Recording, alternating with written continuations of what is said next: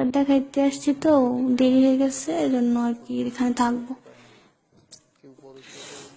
আর তার বলে হোটেলে উঠলাম, ওঠার পরে রুমে ঢুকলাম।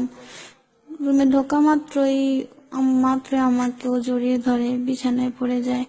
একবার থাকার পর ও আমাদের জন্য খাবার আনতে বাহিরে যায়। অনেকক্ষণ পর খাবার নিয়ে ফিরে আসে। আর আমার ছেলের জন্য একটা জুস নিয়ে আসে, মানে খাবার জিনিস নিয়ে আসে আর কি। তারপরে এসে তাকে জুস দেয়, দিয়ে ওর সঙ্গে খেলতে শুরু করে। এই মানে এইটুকু সময়ের মধ্যেই ও আমার ছেলেকে যেন খুব আপন করে নিয়েছিল। আমার তখন মনে হচ্ছিল জীবনে ওর বোধহয় আসল বাবা। ওর জুসটা খাওয়ার পর আমার ছেলেটা কিছুক্ষণের মধ্যেই ঘুমিয়ে গেল। জীবনে ওকে শুইয়ে দিল। ওই সময় আমার মনে হচ্ছিল আমি যদি জীবনের সঙ্গে সারা জীবন থাকতে পারতাম তাহলে আমার জীবনটাই ধন্য হয়ে যেত, আমি সর্বোচ্চ সুখী হতাম। কিন্তু আমার ধারণাটা ভুল, খুব ভুল ছিল আমার ধারণাটা। ও যে আমার সঙ্গে এমনটা করবে আমি এটা স্বপ্নেও ভাবতে পারিনি, কখনো ভাবতে পারিনি আমি এমনটা। ওর এটুকু আমার বিশ্বাসটা ও যেভাবে ভেঙে ফেলবে আমি কিভাবে বুঝাবো। আমার বুকটা পেটে যাচ্ছে, বলতে পারতেছি না।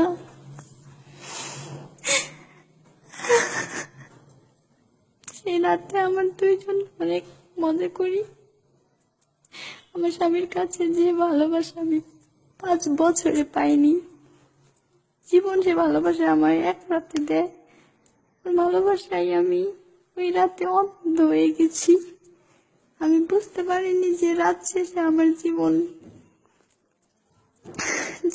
সবচেয়ে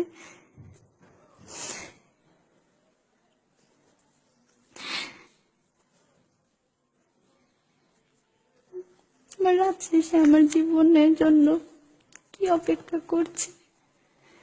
ফজরের আজানের পর অনেক পর ও আমাকে বলে যে তুমি যাও গোসল করে আসো, আমরা এখনই বের হব। আমি গোসল করতে পাশের রুমে যাই। গোসল করে রুমে এসে দেখি কিচ্ছু নাই, আমার কিচ্ছু নাই, আমার ছেলেও নাই, আমার কিচ্ছু নাই। আমার সব কিছু নিয়ে চলে গেছে, আমার ছেলে নাই। সঙ্গে সঙ্গে আমি দারোয়ানের কাছে যাই, ওনাকে বলে কেউ কাউকে দিয়ে একটা বাচ্চাকে নিয়ে যেতে দেখেছেন? উনি বলে আপনার স্বামী তো আপনার বাচ্চাকে নিয়ে গেছে, ওইদিকে গেল। সঙ্গে সঙ্গে আমি ওদের পাগলের মতন খুঁজতে থাকি, বলেও বলি, কেউ বলে না যে ওদের দেখেছি। আমার বুকটা ফেটে যাচ্ছিল, আমি কি করব কোথায় যাবো ভাবতে পারছিলাম না। আমার দম আটকে যাচ্ছিল।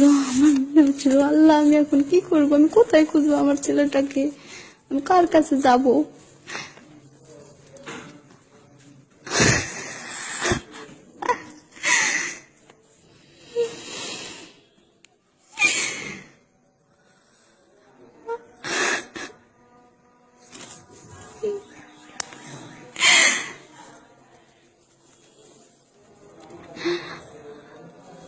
আমি আবার হোটেলের কাছে, হোটেলের দারোয়ানের কাছে বলি আমার ছেলেকে দেখেছেন? ও বলে না, আপনার স্বামী তো আপনার ছেলেকে নিয়ে গেছে, আপনি তার কাছেই যান, তাহলে তো আপনার ছেলেকে পাবেন। আমি সেদিন কাউকে বলতে পারতেছিলাম না যে আমার তো সে স্বামী ছিল না, আমার স্বামী না, আমি কি করে তাকে খুঁজবো, আমার ছেলেটাকে আমি কিভাবে তার কাছ থেকে নিয়ে আসবো, আমি কোথায় পাবো আমার ছেলেকে।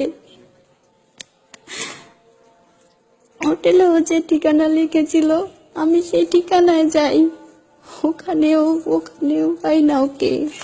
আমি ও যে সব নাম্বার কথা বলতো, সবটা নাম্বার একটা একটা করে বারবার ট্রাই করতেছি, সব নাম্বার বন্ধ, কোনো নাম্বার খোলা নেই, সব নাম্বার বন্ধ করে দিছে। আমি যে পাপ করে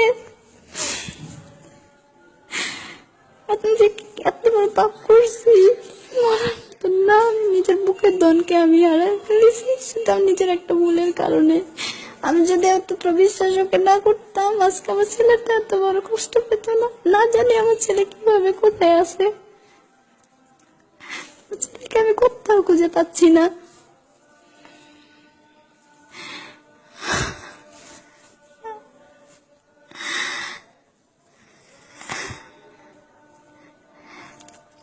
আমি যে পাপ করতে এসে নিজের ছেলেকে হারাইছি, পৃথিবীর আর কোন মা যেন এই পাপটা না করে, না করে।